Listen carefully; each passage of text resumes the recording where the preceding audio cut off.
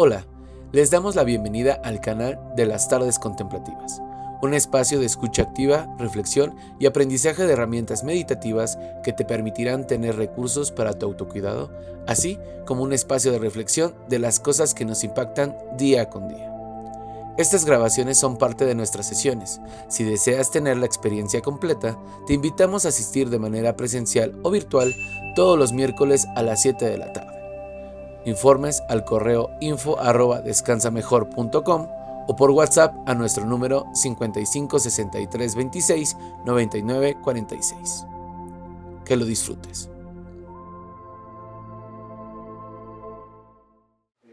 Pues muy buenas noches, bienvenidas, bienvenidos.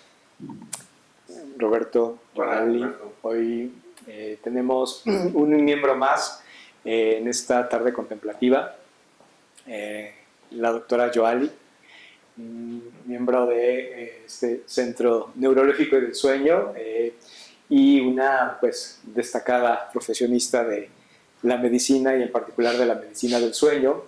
Y hoy nos acompaña porque el tema que abordamos es la mujer mexicana. Y pues se volvía necesario el que hubiera una mujer hablando de este tema, ¿no? No solo de aquel lado, sino de este lado, porque no queríamos ser como esos, iba a decir un improperio, pero esos hombres que dirigen congresos de lactancia, ¿no? Entonces, bienvenida, Joali. Muchas gracias, estoy muy emocionada de estar con ustedes y esperemos que esto fluya y funcione bien para todos. Así va a ser. Bienvenida al tapete psiconáutico de las tardes contemplativas. Exacto. ¿No te gusta el nombre del tapete? Mucho, sí. Y es psiconáutico. Es psiconáutico y los colores y todo está. Así es. Pues, bueno, bienvenidas aquí. Gracias. Quienes nos acompañan de manera presencial y allá en casa, bienvenidas. Ya saben, quienes están en casa, simplemente abran su micrófono cuando quieran participar. Y bueno, bienvenidas. Pues comenzamos meditando, Arranquemos la meditación. Vamos a arrancar meditando. Entonces, tanto aquí como allá en casa, tomen una postura que les brinde un estado de alerta, pero que también sea amable con el cuerpo. Les propongo hacer la práctica con los ojos cerrados. ¿Por dónde quieren empezar? Yo empezaría por el 17 de octubre de 1953. Hace ya 72 años. Casi la edad de mi papá. Año en que la mujer en México adquirió la igualdad de derechos frente a la Constitución. Apenas hace 72 años. Adquirió como si hubiera un ente político que otorgara. Los hombres siempre hemos sabido que lo somos. Yo sé. Sí, imaginemos que la Constitución mexicana actual se firmó en 1917 y del 17 al 53 pasaron ¿cuántos años? 37 años para que la Constitución observara que las mujeres también tienen igualdad de derechos. Y en esos espacios que hablamos de salud mental, de hecho la semana pasada el tema fue ¿qué es la salud mental? Celebrando el Día Mundial de la Salud Mental. Joali, ¿cómo está la salud mental de las mujeres 72 años después con esa igualdad? ¿Realmente estamos en igualdad de condiciones? Pues creo que todos conocemos la respuesta, ¿no? Más o menos. Antes quisiera comentar esto del voto. Creo que si bien es un dato que vemos en los libros de texto, ¿no? Creo que mi hija lo vio por ahí de cuarto de primaria, una cosa así. Siempre que lo escucho de nuevo, me vuelvo a impresionar. O sea, creo que a pesar de que es un dato importante, no tenemos conciencia plena de esa información. O sea, ya que lo actualizamos y decimos, no manches, o sea, es algo muy reciente. O sea, creo que las mujeres actualmente que votamos y que tenemos como muchos derechos legales, ¿no? no alcanzamos a visualizar y a tener esta perspectiva de hace muy poquito que empezamos a notar. O sea, realmente es sorprendente cuando lo aterrizas y le pones un marco de referencia. Dices, ¿qué? ¿Es en serio? ¿No? Yo perfecto me acuerdo esa vez que estudiábamos con mi hija, que ahora tiene unos 10 años, ¿no? Y pues ella se aprendió el dato, ¿no? Y ya lo sabe de memoria para el examen, listo. Pero cuando empezamos como a aterrizar y a practicar un poquito estas ideas, o sea, yo le dije, con la edad de sus abuelos, para que alcanzara a tener un marco de referencia, ¿no? O sea, ahorita tiene tantos años, ¿no? Entonces, o sea, visualiza que su mamá no votaba. Entonces ya lo vio algo muy cercano. O sea, no es lo mismo que solo tengamos un número en la cabeza, a cuando tenemos un marco de referencia y dice, no manches, sí es cierto. De hecho, pues mi misma abuela, mi madre, pues durante mucho tiempo tampoco votó, ¿no? Entonces es sorprendente darnos cuenta que probablemente somos la primera generación, ¿no? Que, o sea, los que ahorita pues tenemos padres de 70, 80 años, que realmente ya pudimos votar desde que cumplimos 18 años, ¿no? Entonces, y respecto a la salud mental, pues bueno, una cosa es tener derechos y poder votar, ¿no? Y otra cosa es que pues realmente tengamos igualdad de circunstancia, ¿no? La realidad es que desgraciadamente pues no es así, ¿no? Porque todos lo sabemos, todos lo vivimos y pues podemos poner muchos ejemplos, pero hablando particularmente de la salud mental, pues las mujeres somos mucho más vulnerables a un problema mental y no es por esta, ¿se acuerdan de la palabra histeria? ¿No? Que era un diagnóstico, ¿no? Era un diagnóstico psiquiátrico, la histeria, que obviamente el origen de la palabra viene del útero, entonces pues es de mujeres, o sea, las mujeres son las que se ponen histéricas, ¿no? Y pues hay que hacer algo para controlar esa histeria. No sé si por curiosidad lo han leído alguna vez, pero una manera de corregir o curar la histeria era pues manualmente lograr que la mujer tuviera un orgasmo. Entonces el médico, psiquiatra generalmente, hombre por supuesto, ¿no? Pues masturbaba a la mujer histérica para curarla, para que sacara toda esa energía femenina, este concepto de energía femenina, por Dios, hay que hablarlo, pero para que sacara toda esa energía femenina que está atorada y que claramente no es buena, ¿no? Porque pues eso es lo que hace que estemos histéricas, ¿no? Y que nos la tengan que sacar de alguna manera para curarnos esa histeria, ¿no? Entonces, si empezamos como a pensar en la salud mental en las mujeres, pues nos damos cuenta que efectivamente somos más vulnerables, la frecuencia, la incidencia en trastornos de salud mental, pues sí, efectivamente la damos más en mujeres, pero hay que pensar por qué, ¿no? O sea, ¿qué es lo que está realmente pasando? Son factores biológicos que claro que pueden influir, o son factores también sociales, ¿no? Que de repente perdemos de vista. Entonces, pues definitivamente, y sobre todo a raíz de la pandemia nos dimos cuenta cómo la salud mental era distinta, ¿no? Durante la pandemia, este aislamiento social que sufrimos, pues no lo vivimos igual las mujeres y los hombres, ¿no?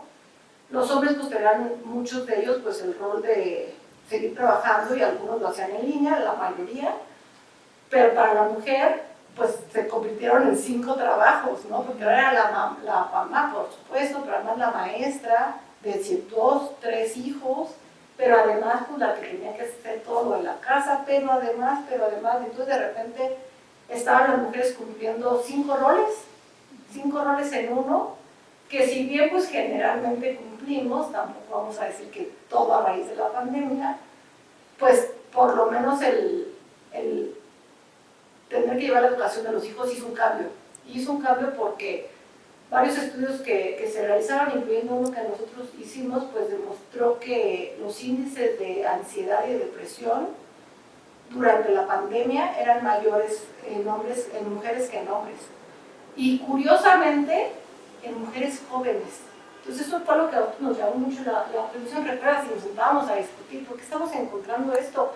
Porque habitualmente pues sabemos que durante la menopausia pues estamos más vulnerables, entonces esa población de mujeres durante la menopausia pues tienden más a depresión, ansiedad, a otros tipos de trastornos emocionales, ¿no? Entonces, pues nos llamó mucho la atención que mujeres jóvenes, veintitantos, ¿no? 25, 26, 27, eran el grupo que tenía más ansiedad, más depresión y más insomnio, porque pues claramente pues era algo que nos generó mucho interés medir. Y entonces lo empezamos a correlacionar con varias cosas, incluyendo pues tenían el cuidado total de los hijos, no nada más el cuidado convencional, sino además la escuela, ¿no? Y pues la verdad es que no tenemos, no, espérate, ese es otro tema, ¿no? Los hijos son un tema, pero de repente del esposo en casa, no sé si ustedes han escuchado esto más de una ocasión, yo sí por pacientes que trato, que la relación de esposos es súper buena hasta que el marido se jubila. Me ha pasado mucho con pacientes. Cuando el marido se jubila es cuando ya no lo soporto, ¿no? Ya no sé para dónde mandarlo, ¿no? No estaban acostumbrados a tenerlo 24/7 en casa, ¿no? Y de repente se jubila y ya está ahí. Y entonces, ¿ahora qué hago con este? ¿No? Porque no es una relación a lo mejor muy estable, porque no hay un vínculo emocional. Claramente no estoy generalizando, ¿no? Y no es algo que ocurre en todas las parejas, pero no es raro que una pareja que sea más o menos funcional, pero que no hay un vínculo afectivo fuerte, cuando el esposo se jubila, truena aquello, ¿no? Porque pues ya ahora sí lo tengo aquí todo el día. Entonces creo que durante la pandemia esto se intensificó y tristemente, lastimosamente, pues el tema de la violencia intrafamiliar, ¿no? ¿Quieres comentar algo de esto? La verdad es que eso nos llamó mucho la atención, ¿no? El aumento de violencia intrafamiliar durante la pandemia. Quizá no fue el aumento de violencia, bueno, fue el aumento de los actos violentos manifestados, pero en realidad la violencia ya estaba ahí. No, y además, y ahora en esas condiciones de mayor cercanía, de mayor estrés 24/7, pues esas expresiones de violencia se manifestaban de manera más evidente, ¿no? Pero más bien creo que lo que ese dato nos quiere decir es que la violencia siempre estuvo ahí. No es que la pandemia y la cercanía la haya desarrollado y la haya desencadenado. Ya estaba ahí. Y no éramos conscientes de ello. totalmente. No éramos conscientes porque ya lo sabíamos, pero no teníamos este nivel de conciencia, como dijiste. Cuando tenemos conciencia plena de que apenas pasó en el 53. Entonces, tener conciencia plena de que la violencia ha estado ahí desde hace muchas generaciones. El hecho de que no se manifieste no quiere decir que no lastime y no obstaculice nuestro desarrollo como familia y como mujer. Es diferente. Creo que se hizo evidente, ¿no? Hubo varios factores que hicieron que esta violencia que efectivamente pues ya existía se hizo muy evidente. Y probablemente sí incrementó por el estrés, simplemente, ¿no? Por los niveles de estrés, por los niveles de trastornos de sueño que también hacen que estemos menos empáticos, menos tolerantes, que tomemos peores decisiones y al final pues eso desencadena en algo que ya estaba sembrado, ¿no? Que es esta agresión o esa violencia contra la mujer particularmente. Y una violencia que no era solamente, es decir, no solo refleja la violencia intrafamiliar de una persona hacia otra dentro del hogar, sino una violencia estructural en México. O sea, parte de estos conflictos que se desarrollaban en casa eran porque la mujer seguía teniendo el mismo rol asignado que hace 70 años. O ese rol ha cambiado poco. Ha cambiado poco y se han sumado otros roles. Y eso va más allá de una violencia de persona a persona, es una violencia de la estructura de nuestra sociedad. Ahí lo vería así, hay violencia desde cómo se ha elaborado el constructo de salud mental. Se ha elaborado desde una perspectiva masculina del hombre.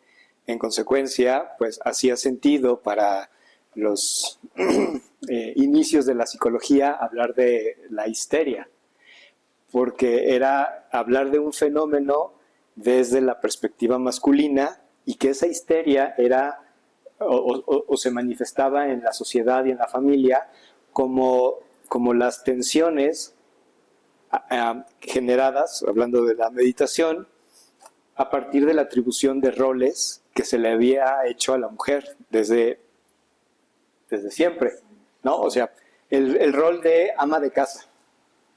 ¿Con qué características el rol de ama de casa? Sumisa, eficiente, servicial, cariñosa. Si se salían dentro de ese rol de estas características, entonces ahí venía el señalamiento de histérica. Si era el rol de madre, ¿no? Y no quería maternar o no se ajustaba a los estándares de la maternidad de Europa del siglo antepasado, entonces el señalamiento era de histérica, ¿no? Y entonces la salud mental de la mujer se construía a partir de lo que el hombre consideraba que la mujer tenía que ser. Y necesitara. Y el hombre necesitara porque se ajustaba a sus necesidades y pues podía seguir sin responsabilizarse del hogar, sin responsabilizarse de la familia, en fin. Entonces, ¿cómo desde la forma de concebir la salud mental de la mujer ya hay un acto de violencia? Y atribuirlo a ese órgano que no tienen los hombres. Por eso era la causa, ¿no? El útero.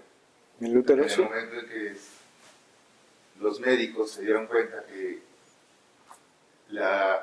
esa condición no venía del útero, entonces la histeria como enfermedad desapareció, porque entonces tendría que aceptar o que el hombre también tiene útero, que también es histérico, o que no existía. Pero eso también se correspondió con el avance en irnos saliendo de esos roles y estereotipos tan marcados, tan delimitados, ¿no? Que incluso hoy continúan siendo factores depresógenos de la mujer.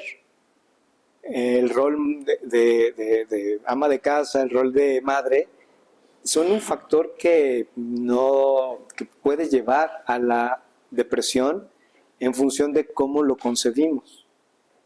Con un marco muy, muy bien delimitado, y entonces cualquier intento de salirse de ahí genera una tensión que es señalada y que además pues pareciera que es experimentada, vivida como algo que está oprimiendo la identidad.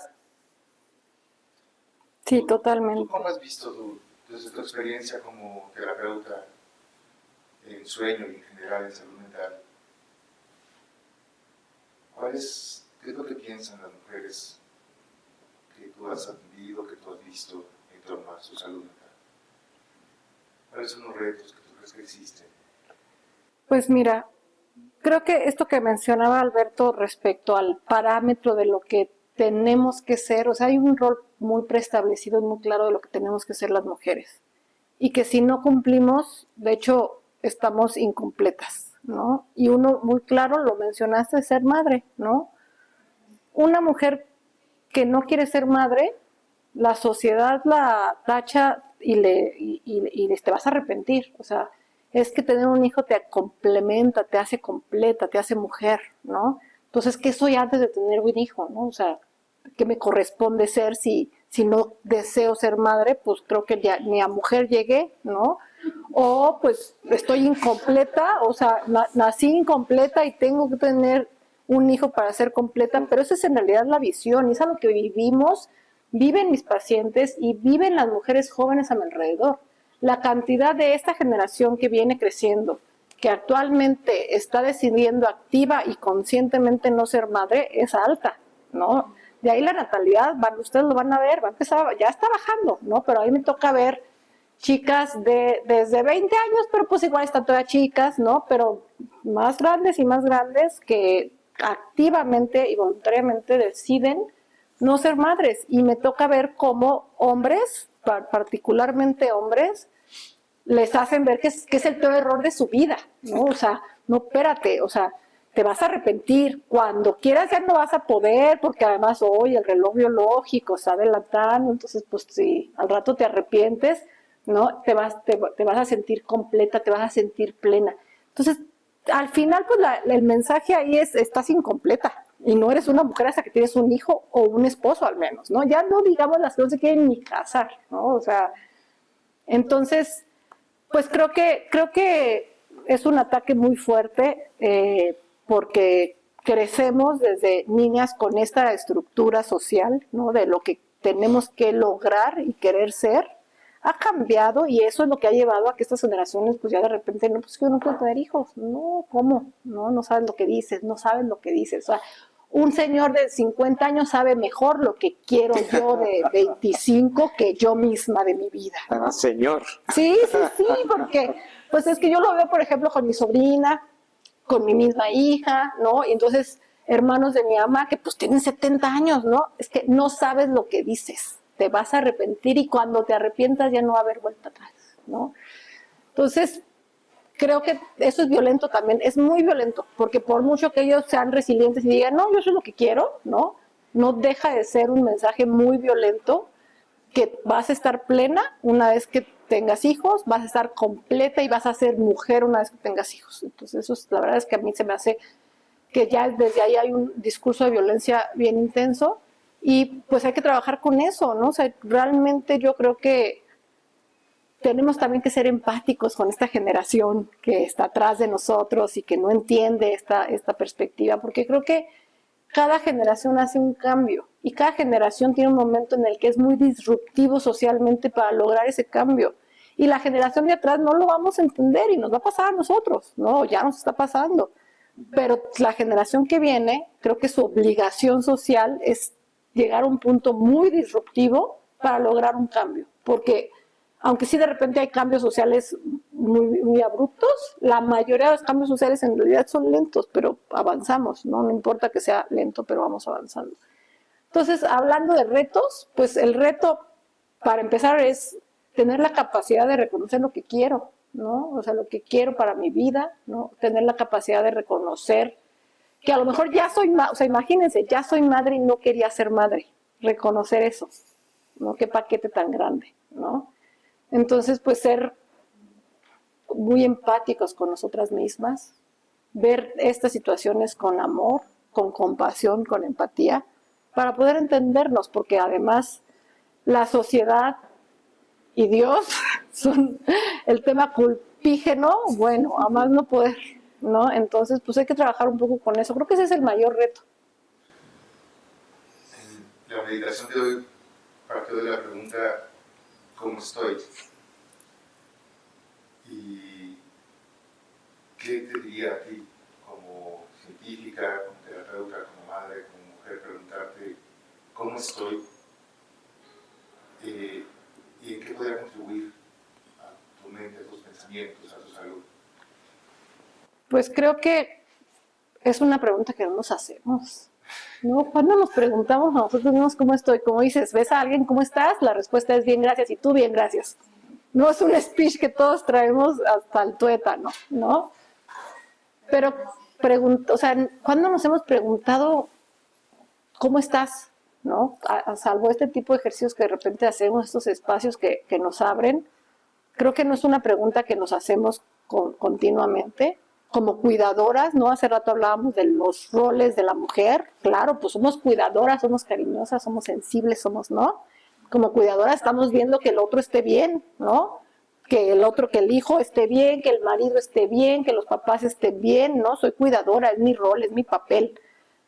Pero ¿en qué momento volteo a ver hacia adentro y me pregunto realmente cómo estoy? Creo que no lo hacemos. Entonces, esta oportunidad de ver hacia adentro cómo estoy, pues creo que es un ejercicio que todos tenemos que empezar a hacer. Yo creo que hay que buscar un espacio todos los días, ¿no? Y preguntarme cómo estoy. Porque eso también nos va a ayudar a tener más conciencia de cómo me siento, de qué es lo que busco, qué es lo que quiero.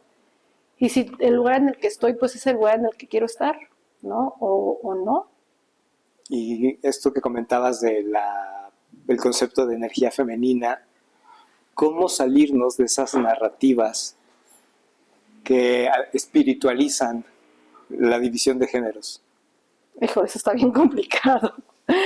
La realidad es que veo especialistas, ¿no? Ahora en las redes sociales vemos especialistas, psicólogos súper reconocidos, especialistas en la salud mental que hablan de energías masculina y femenina, ¿no?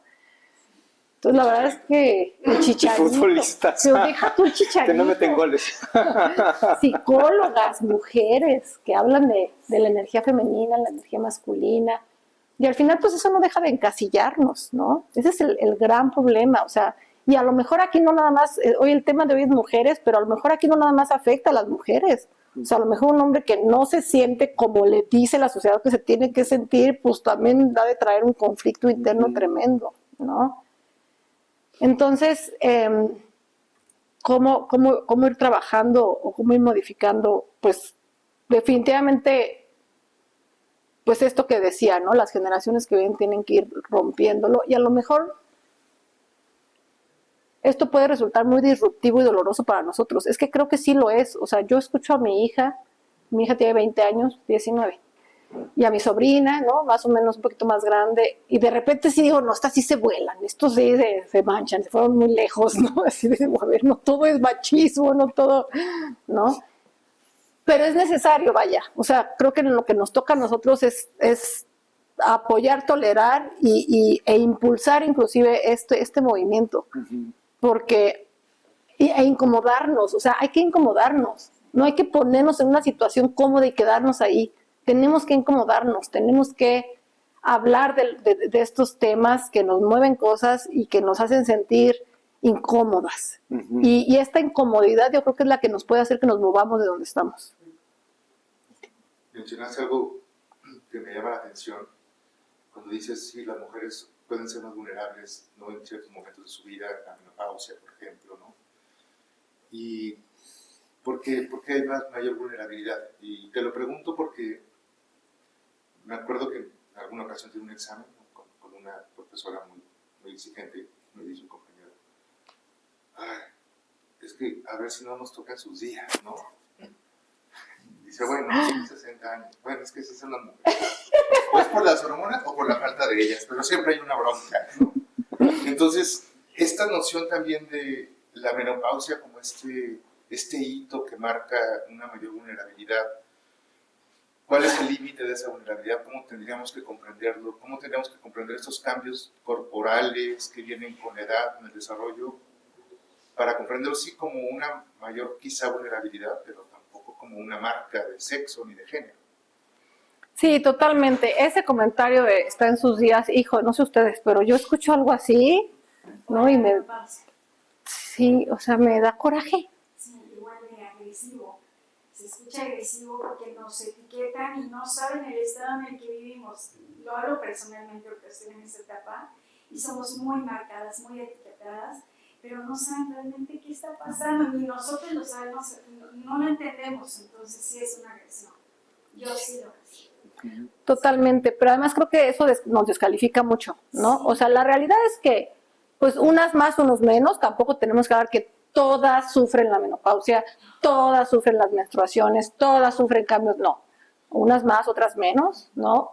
Pero pues sí, hay algunos cambios emocionales, digo, no le va a sorprender a nadie, pues particularmente cuando nos va a bajar, pues somos un poquito más sensibles y tal, pero no dejamos de ser humanos racionales, ¿no? O sea, que piensen que mis decisiones se basan en cómo me siento porque estoy menstruando es violencia. Porque continúa esta concepción masculina de cómo tiene que ser la mujer. Entonces, si te sales de ese cuadrito durante 3, 7 días o lo que sea, entonces ya ahí hay algo malo, hay algo que señalar, hay algo que criticar. Al final es un vestigio de la histeria. Pues sí, es parte de la histeria, todo, claro, obedecemos a nuestro útero. Esa histeria se debe más a los hombres, a cómo concebimos y cómo exigimos de alguna manera que la mujer sea. O sea, exacto. Es como, si te sales tantito, histeria. Claro. Si te sales para acá, histeria.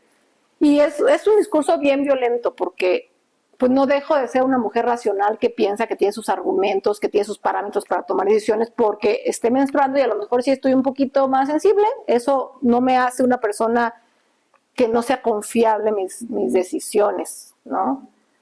Y la realidad es que muchas veces hasta entre las mismas mujeres, ¿no? Tenemos esto de, oh, ya está menopáusica, no, ya está, ¿no? Ya está en sus días. Pero es que viene de atrás, ¿no? O sea, la verdad es que yo trabajo, escucho a las chicas que aplauden al cuate, a un macho, ¿sí? Entonces, ¿cómo vamos a hacerle para que se sientan incómodas? Que lo que se está viviendo no es lo correcto. Entonces, de cuna, pues se sigue procurando, ¿verdad? Que se lleve ese mal mensaje para que esto siga fluyendo, o sea, creo que falta comunicación, o sea, hacer algo para pues, que se incomoden por el trato que le están dando. Justo eso yo escuchaba el otro día. Ah, es que está histérica. Lo escuché, no. Todavía dicen histérica. Sí. Las chicas dicen, ah, es que lo normalizan a veces. Y esta idea de mujeres juntas ni difuntas. Hay libros que se llaman así. ¿Qué piensan de eso? Sí, eso de que la peor enemiga de una mujer es otra mujer, la verdad es que creo que es un discurso del hombre para que no Para dividir. Exacto, para que Dividir no en hagamos ceras. fuerza, ¿no? La verdad es que, y que de repente, pues sí, de repente sí la compramos, ¿no? Pero la realidad es que cuando escuchas términos como la sororidad, ¿no? O sea, y sacas esta empatía con las mujeres, la realidad es que no es algo natural que nosotros tengamos, ¿eh? O sea, esto de no, pues mejor con mujeres, no solo con hombres, o prefiero, pues no sé, contratar un hombre que una mujer, porque las mujeres son muy conflictivas.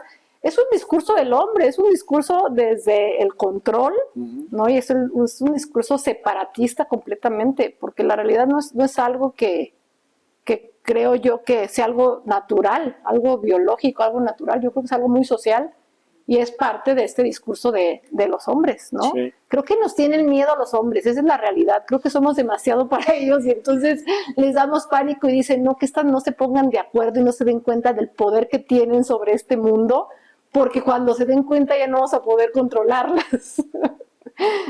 La verdad es que Va a ser un mundo pues, ¿sí? histérico. Va a ser un mundo histérico, ¿no? Sí. Imagínense. Y Viene el muy tema freudiano. de... Sí. Vienes muy freudiano hoy. Qué miedo. El tema de la menopausia creo que también es todo un tema, ¿no? Hay varios puntos de donde se tiene que abordar, ¿no? Desde pues es una etapa normal, aguántate, también es un discurso del hombre, ¿no? Y si bien es normal y es natural, a ver, ¿cuál era la esperanza de vida hace 4 generaciones? ¿No? Porque la mayoría de las especies mamíferos no tienen un periodo de menopausia, pues porque la esperanza de vida no es tan largo. Entonces, en el momento en que también ya bajan las hormonas, pues en realidad ya están en la muy última etapa de su vida. Y en el humano, pues esto ha cambiado muchísimo, ¿no? Entonces, pues probablemente es algo natural porque pues ya no hay óvulos, ya se acabaron los estrógenos, pero eso no quiere decir que lo tengamos que sufrir. Creo que este discurso de es algo natural, aguántate, también es bastante masculino, ¿no? Hablando desde el punto de vista de médicos, ¿no? Médicos hombres, que ahorita afortunadamente creo que ha ido cambiando un poco esta perspectiva, y más bien como esta proporción de mujeres y hombres médicos, ¿no?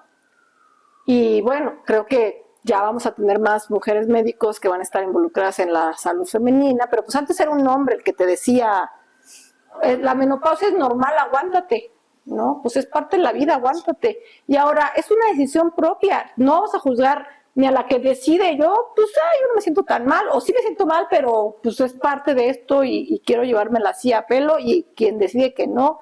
O sea, somos juzgadas por todo. Caray, somos juzgadas por la manera en la que decidimos tener a nuestros hijos. Y a veces ni lo decidimos nosotras y somos juzgadas porque si lo amamantaste o no lo amamantaste, que si nació por parto natural o por cesárea, que si lo llevaste a las clases de estimulación temprana o no, que si... Somos juzgadas por todos lados, ¿no? Entonces sí, de repente es como, espérate, y el discurso siempre es, yo lo veo mucho, sobre todo en parejas que pues el hombre se involucra un poco más actualmente en algunas actividades de casa y de paternidad, ¿no? Entonces, me ayuda. Es que desde el discurso, oigan, ¿no? Es que a mí mi esposo me ayuda muchísimo con los niños. Me llevó al mercado. Me llevó, sí. No, espérate, me ayuda, o sea, pues es que ahí por default es tu obligación y entonces pues te ayudo porque soy bien buena onda. Conseguiste un buen hombre. Te conseguiste un buen hombre porque lava los trastes, ¿no? Y así y pues también los ensucia, ¿no? Entonces, pues son muchas vertientes las que hay que abordar, pero creo que la palabra a veces suena ridículo cuando decimos bienvenidos, bienvenidas, ¿no? Y a veces podemos decir, ay, a ver, o sea, esto se refiere aunque termine no, se refiere a un sustantivo a hombres y mujeres. Y a veces menospreciamos el lenguaje, pero la realidad es que la neurolingüística es bien importante. Y entonces, si a mí me meten en la cabeza de que mi esposo es bien buena onda, hoy fue a recoger a la criatura a la escuela porque yo estoy aquí. No, qué tipazo. ¿No? Es un caso real, o sea, no se riega y porque es la realidad, ¿no? No, espérate, es su paternidad, está ejerciendo su derecho y su obligación, porque también es derecho, ¿no? Su derecho y su obligación a paternar. Entonces, creo que también por ahí, regresando a la pregunta de hace mucho rato, creo que también por ahí podemos empezar a hacer un cambio, empezar a ser conscientes del lenguaje que utilizamos para este tipo de cosas y empezar a cambiarlo, ¿no? Desde cómo lo digo yo, porque como yo lo digo, yo lo escucho.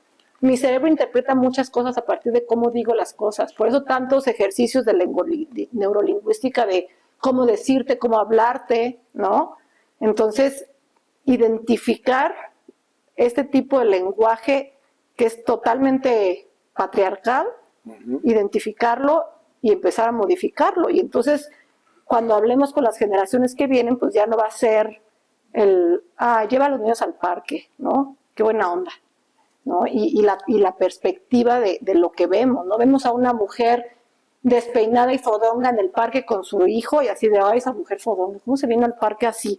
Vemos a un hombre despeinado y fodongo en el parque con su hijo, ay, es el mejor papá del mundo, lleva a su hijo al parque. Díganme si no, ¿no?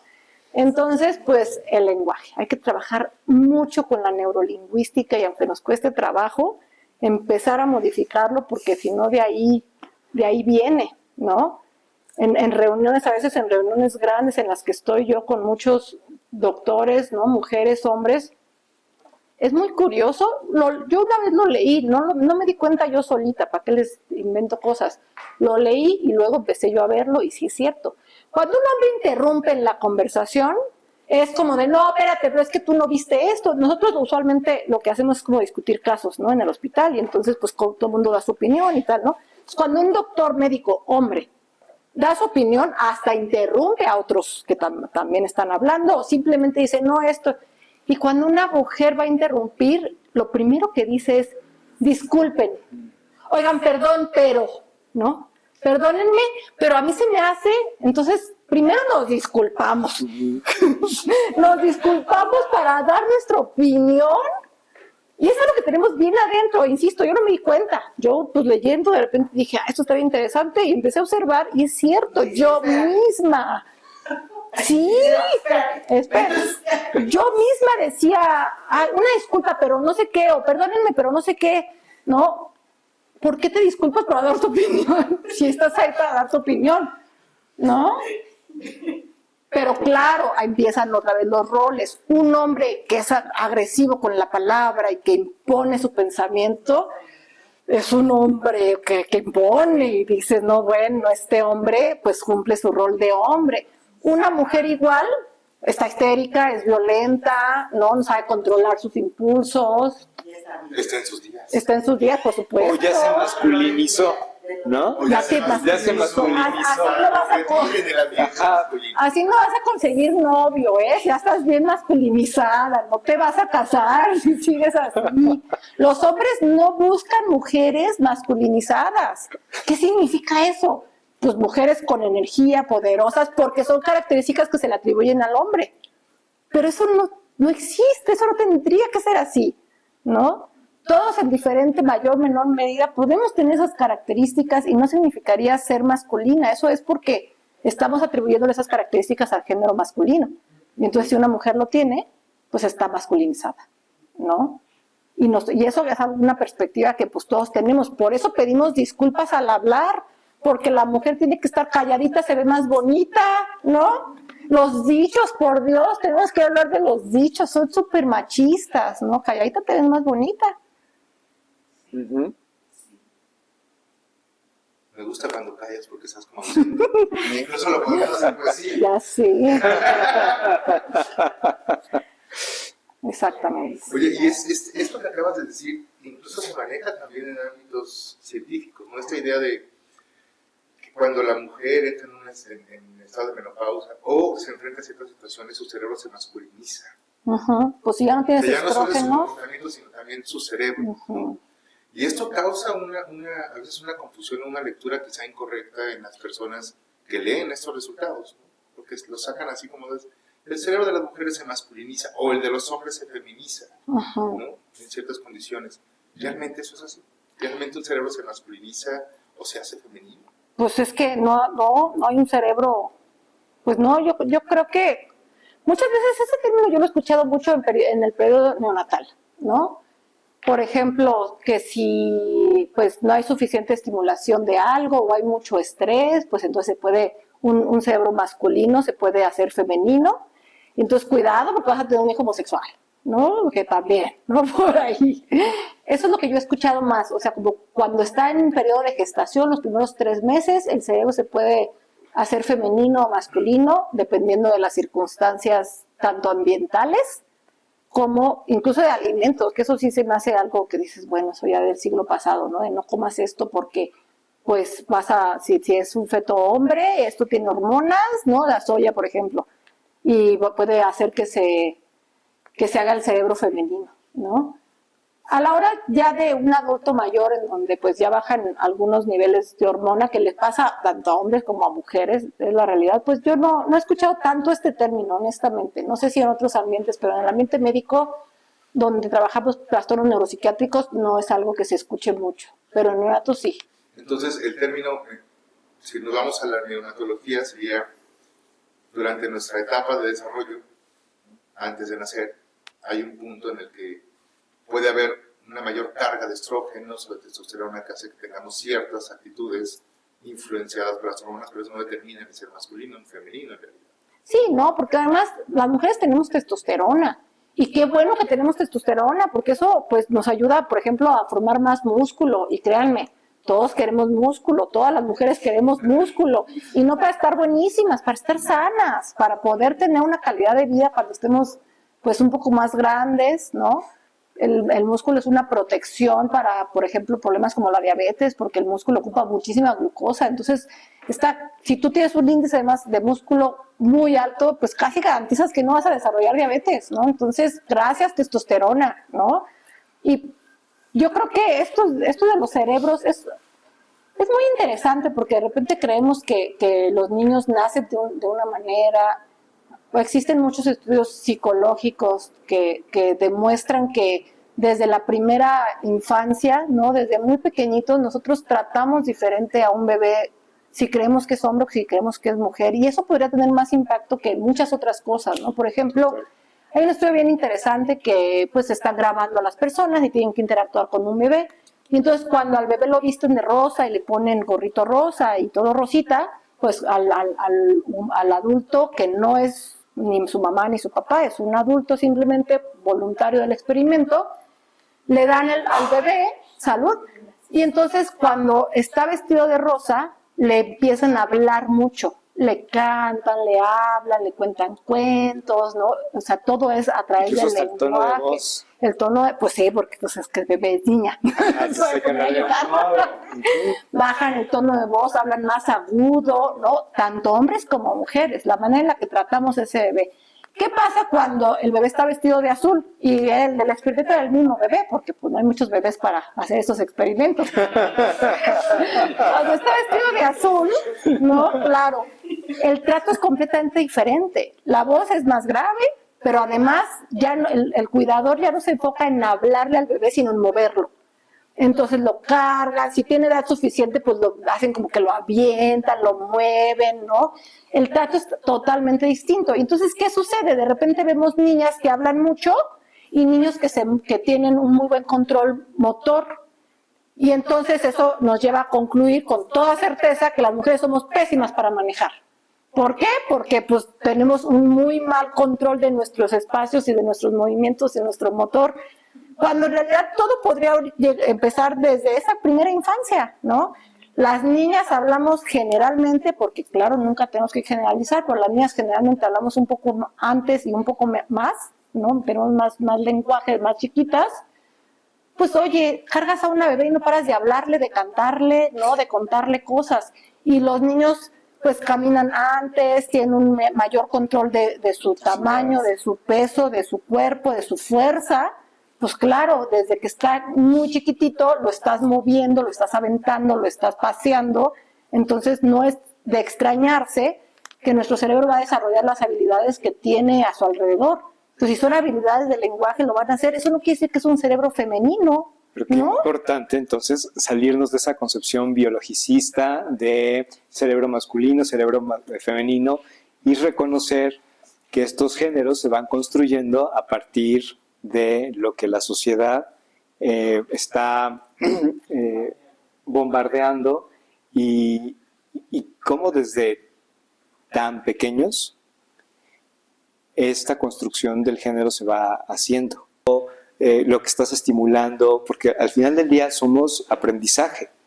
Y si desde el inicio estoy sometido a un tipo de aprendizaje donde lo físico es lo que se está promoviendo y por otro lado otro ser humano está siendo sometido a un aprendizaje que va más de habilidades del habla o socioemocionales, pues claro que el resultado va a ser uno y no otro. Exacto. Y necesitamos reconocer eso, porque de eso también nos llevaría a darnos cuenta que la sociedad en la que vivimos importa.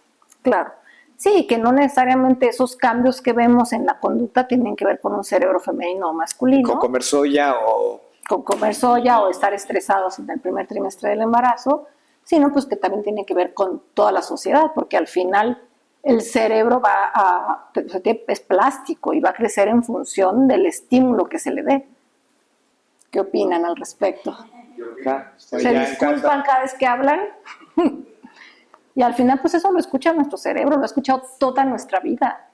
Entonces, pues tú no puedes interrumpir, tienes que pedir primero disculpas si vas a interrumpir o si vas a dar tu opinión, ¿no? Es que a lo que me refiero con hacerlo consciente, ¿no? No es culpa nuestra, no es algo que tengamos que avergonzarnos, ¿no? Es algo que traemos desde la panza, ¿no? Y que nuestras mamás traen desde que ya están en la panza y así. O sea, cuando haces la pregunta, ¿cómo estoy? No sueles hacer conciencia de cómo estoy en este momento, en este presente, cómo se siente mi cuerpo, es hacer conciencia de cómo estoy históricamente, ¿no? O sea, la historia que ha llevado a que hoy esté así. Total, wow. ¿No? Sí. Wow. Ahora que estamos preguntándonos cómo estoy, me viene a la mente, ¿no? Este espacio es, en cierta forma, yo lo entiendo como un espacio terapéutico en el sentido de que podemos a través del diálogo y de las experiencias a las que Alberto nos lleva, pues a tener conciencia de ciertas cosas que quizá tenemos que observar o sanar. Y cuando alguien se pregunta, cuando alguien llega a un espacio médico, un espacio donde quiere sanarse de algo, la pregunta es ¿cómo estás? ¿Qué te pasa? Pero cuando uno llega a un espacio terapéutico de diálogo, quizá la pregunta tiene que ser ¿cómo has estado? ¿Qué te ha pasado? Porque el reto es entender qué ha pasado para que estés hoy así, ¿no? Y poder reconciliar y comprender todo eso que te ha pasado, porque todo eso es lo que hay que comprender y dialogar y vincular y aliviar, ¿no? Entonces quizá incluso preguntarnos no solo cómo estoy, sino cómo he estado como persona en este mundo y como persona histórica, nos llevaría a algo más hacia esa disrupción que tú quieres llegar, en ese sentido. Sí, totalmente. Creo que es importante entender nuestro camino para entender en dónde estamos parados, ¿no? Entender el camino que hemos transitado y por qué lo hemos transitado, ¿no? ¿Qué nos ha llevado a donde estamos? Y pues no siempre, en el caso de las mujeres, pues es nuestra decisión, nuestra voluntad, ¿no? Muchas veces es de alguien más. Entonces, creo que hay que entender nuestro pasado, abrazarlo, ¿no? Resolverlo. Identificar el trauma, dirían los psicólogos. Tú. No, sí, totalmente, sí. O sea, identificar en qué momento hubo rupturas, ¿no? Que todos tenemos. Abrazar esas rupturas, entender que somos la persona que somos gracias a eso que hemos pasado, ¿no? Y por eso no hay que rechazarlo, porque gracias a todo eso, esa historia que traemos, pues somos la persona que somos ahorita, Y no somos perfectos, a lo mejor no me gusta todo lo que es de mí, pero pues estamos en el proceso de estar satisfechos, ¿no? No perfectas. Porque claro, la mujer tiene que ser perfecta, tiene que verse perfecta, tiene que, ¿no? A los ojos del hombre. Cuerpazo, pelazo, sí, claro, lo que al hombre le gusta, no lo que a ti te gusta, ¿no? Lo que al hombre le gusta, ¿no? Entonces, pues hay que estar perfectas para el hombre, de acuerdo a los parámetros de perfección de lo que eso representa para el hombre, ¿no? Sí. Pero incluso estas cuestiones físicas que mencionabas me parecen muy importantes, ¿no? O sea, esta idea de mayor músculo, su mayor prevención de ciertas enfermedades, pero si hay que estar delgada y hay que ajustarse a esos estándares, hay que sacrificar músculo, hay que sacrificar bases corporales para cumplir esa belleza que nos tienen que decir los hombres que deben de tener, sacrificando incluso Nuestra cuestiones que salud. pueden prevenir la salud. Claro, sí, la mujer tiene que ser menudita, flaquita, ¿no? Delgadita, ¿no? O sea, pequeñita. Por eso digo que creo que nos tienen miedo, porque nos quieren débiles, nos quieren flaquitas y sin músculo, nos tienen miedo, ¿no? Y las mismas mujeres, de repente estás en el gimnasio y así, es que no quiero hacer espalda o brazo porque voy a empezar a poner toda musculosa y voy a parecer hombre, ¿no? Cuando en realidad no tenemos suficiente testosterona, aunque cargáramos lo que alcancemos a cargar para desarrollarlo, a menos de que nos metamos algo, que no es el objetivo, por supuesto, ¿no? Pero claro, estar musculoso es equivalente a ser hombre, a ser salud, cuando en realidad el músculo podría prevenirnos muchas enfermedades, muchísimas, inclusive metabólicas también, ¿no?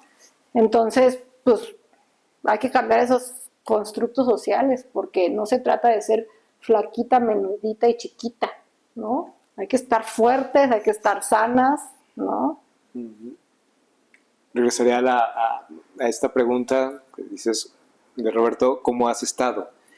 Y me parece que los feminismos se dedican a responder el cómo ha estado la mujer y ha generado esta conciencia plena de cómo ha sido la condición histórica de la mujer en relación a la sociedad que habita, en relación con el hombre, y de ahí ha surgido esta reflexión de decir, esto no está bien. No ha estado bien. Esto no ha estado bien, ¿no? Y donde me ubica esa historia no está bien, y es entonces el momento de generar un cambio. ¿Nos incomoda a los hombres? Sí. Pierden privilegios. Perdemos privilegios, sí, pero con Pues, pena, ¿no? Totalmente. Y también como que entender eso, ¿no? Entender, por ejemplo, el tema de... Yo he escuchado a muchos hombres que no entienden el concepto de feminicidio. Pues es un asesinato. Es lo mismo si matan a un hombre o si matan a una mujer. De todos modos es lo mismo. ¿Por qué se manejaría diferente? No, espérate, es que la están matando por ser mujer. No, pues si a los hombres nos matan más, entonces debería de haber otras leyes para... masculinicidio. Sí, pero no los matan por ser hombres, ¿no? Y no los mata una mujer, los Y mata no los otro mata hombre. una mujer, los mata otro hombre, y los mata por problemas. Y que el término en sí, el término legal ya está, ¿no? Que es homicidio. Exacto, de hecho el término viene de hombre. Si vaya a la etimología de la palabra, ya. Exacto, es que así como ese término, muchísimos términos parten a raíz del hombre, y términos de enfermedades, hasta hace no mucho los estudios de trastornos médicos, psiquiátricos, neurológicos eran a partir de hombres, ¿no? Realmente llevamos pocas décadas estudiando a la mujer y tratando de entender, ¿no? Realmente todo es a partir del concepto de hombre, ¿no? Pero regresando a esto del homicidio y del feminicidio, no entienden por qué tendría que haber una palabra diferente y por qué tendría que haber un castigo diferente y un método de abordar esto diferente, si pues al final pues un humano está matando a otro humano, debería tratarse de lo mismo. ¿Qué es eso de feminicidio? ¿A quién se le ocurrió semejante locura? ¿No? Entonces creo que se están haciendo esfuerzos a nivel social, a nivel político, no son suficientes, creo que tenemos que lograr que entiendan esos cambios y esos esfuerzos, porque si no, no tiene mucho sentido, ¿no? Y esto nos lleva a las feminazis y a las marchas en donde rayan cosas, y es que así como quieren que las tomemos en serio, y es que así qué cambio van a hacer, la violencia solo trae más violencia. Pues cuántas generaciones hemos estado calladitas sin rayar paredes, sin protestar, y de todos modos nos mataban, de todos modos nos violan, de todos modos estamos inseguras caminando en la calle, ¿no? Entonces creo que hay mucho que hacer todavía. No es culpa de las feministas, no es culpa de las marchistas, no es culpa de las histéricas que se ponen el cabello morado y se ponen a tallar cosas, de verdad que no. O sea, cuando una persona una vez me dijo que cómo era posible que se rayaran, ¿no?, monumentos, eso qué va a cambiar. Entonces, ¿sabes qué? Si alguien le hiciera algo a mi hija, yo quemo la ciudad. O sea, yo las entiendo. O sea, si dices eso es porque no estás partiendo desde una empatía real, porque no estás logrando entender lo que esa madre que perdió a su hija está sintiendo. O sea, yo quemo la ciudad si algo le pasa a mi hija. Entonces, partamos desde esa empatía para tratar de entender realmente estos espacios de las mujeres, ¿no? ¿Qué me dicen de los hombres que se van a las marchas feministas? Oye, ¿por qué no me dejan estar ahí? Eso es igual de restrictivo que lo que ellos... ¿Qué opinas? ¿Qué opinas de los hombres que van a las marchas de mujeres? Que no tienen que estar ahí. ¿Por qué están ahí? No tienen que estar ahí. Son aliados. Sí. Los Quieren aliados acompañarles. Yo estoy aquí para cuidarlas, para acompañarlas. Claro, porque necesitan ser cuidadas por un hombre. Exactamente, eso es lo que queríamos llegar. Pero además las tienen que cuidar de otras mujeres. De otras mujeres. Bueno, hasta de ellas mismas, vaya, ¿no? Entonces, de repente, es que no, les juro que no lo ven, ¿no? No lo ven. Porque está en un privilegio y pues no quieren perderlo por un lado, pero por otro lado, pues no han experimentado esas situaciones, entonces no lo ven. Pues en este espacio privilegiado, en muchos sentidos, pues, hoy es un privilegio más todavía que estés aquí. Muchas gracias. Gracias a ustedes que me incluyen en estas prácticas. Pues, continuamos. Gracias por estar. Gracias. Y gracias también a ustedes aquí por estar presentes, allá también en casa. Pues vamos a meditar un poquito, ¿no?, algo cortito. Así que tomen su postura.